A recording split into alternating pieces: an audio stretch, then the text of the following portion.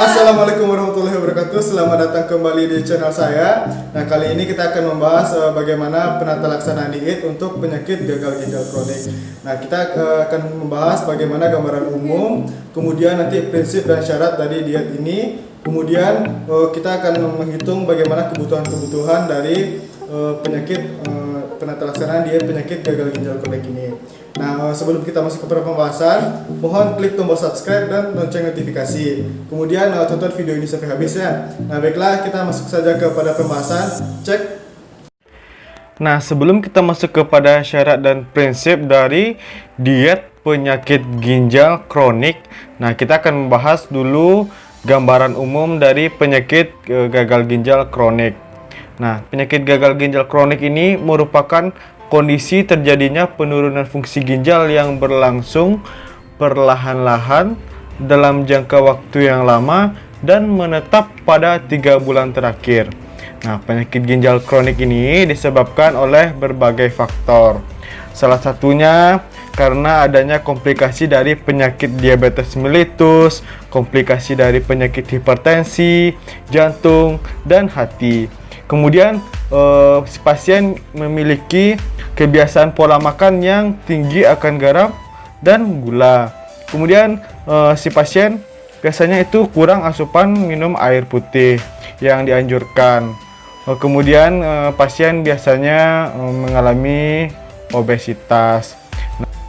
Umumnya gejala yang muncul dari penyakit ini adalah tidak nafsu makan, lemas, mual, bahkan muntah, dan kurang konsentrasi, dan kadang-kadang disertai dengan adanya udam atau pembengkakan di tangan atau di kaki. Kemudian kalau di tingkat yang lebih parahnya lagi ada pembengkakan di perut. Nah, tujuan dari diet penyakit gagal ginjal kronik ini adalah supaya untuk mengendalikan gejala uremia. Nah, uremia itu sendiri adalah kondisi ketika kadar urea di dalam darah atau di dalam tubuh itu sangat tinggi. Nah, sehingga menjadi racun bagi tubuh. Nah, kemudian yang kedua, mempertahankan status gizi yang optimal. Kemudian kita tujuannya adalah untuk memperlambat progresivitas penurunan laju filtrat glomerulus menuju gagal ginjal stadium akhir. Nah, ini maksudnya kita untuk mencegah stek dari penyakit ginjal ini bertambah, meningkat terus. Nah, itu yang akan kita usahakan untuk tidak terjadi peningkatan. Nah, kemudian mengatur keseimbangan air dan elektrolit di dalam tubuh. Kemudian yang kelima, untuk mengendalikan kondisi tubuh terkait penyakit gagal ginjal kronik. Nah, biasanya contohnya seperti anemia, hipertensi, dan penyakit-penyakit lainnya.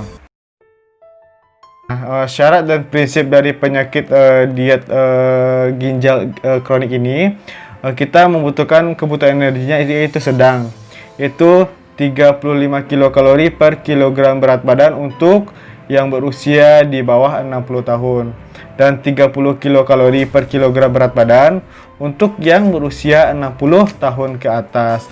Nah, di sini kita menggunakan protein yang rendah yaitu 0,6 sampai 0,8 gram per kilogram berat badan. Nah, nanti sebesar 50%-nya itu harus diberikan protein yang bernilai biologi tinggi. Kemudian lemak yang diberikan sedang yaitu 25 sampai 30% dari total energi. Nah, kemudian karbohidratnya cukup yaitu dari sisa perhitungan protein dan lemak. Nah, dari natriumnya kecil dari 2000 mg per hari. Kemudian cairan dibatasi. Nah, untuk kebutuhan cairan kita bisa menggunakan rumus indeks dari 30 sampai 35 ml dikalikan dengan berat badan. Nah, kita bisa memilih apakah angka 30 sampai 35 ml dikalikan dengan berat badan si pasien atau dengan menggunakan rumus kebutuhan cairan 500 sampai 700 ml ditambahkan dengan jumlah urin yang keluar. Nah, rumus yang kedua ini memang agak ribet tapi lebih bagus. Di sini kita membutuhkan untuk menghitung jumlah urin yang keluar. Nah, jadi sebenarnya bagus untuk perhitungan yang nomor 2. Tapi kalau seandainya tidak kita ribet atau gimana, bisa menggunakan rumus indeks 30 sampai 35 ml dikalikan dengan berat badan.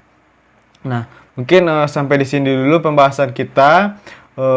Nanti untuk berikutnya kita akan membahas bagaimana cara menghitung kebutuhan energi dan gizi-gizi makro lainnya serta gizi mikro untuk penyakit gagal ginjal kronik. Sekian dulu, terima kasih. Assalamualaikum warahmatullahi wabarakatuh.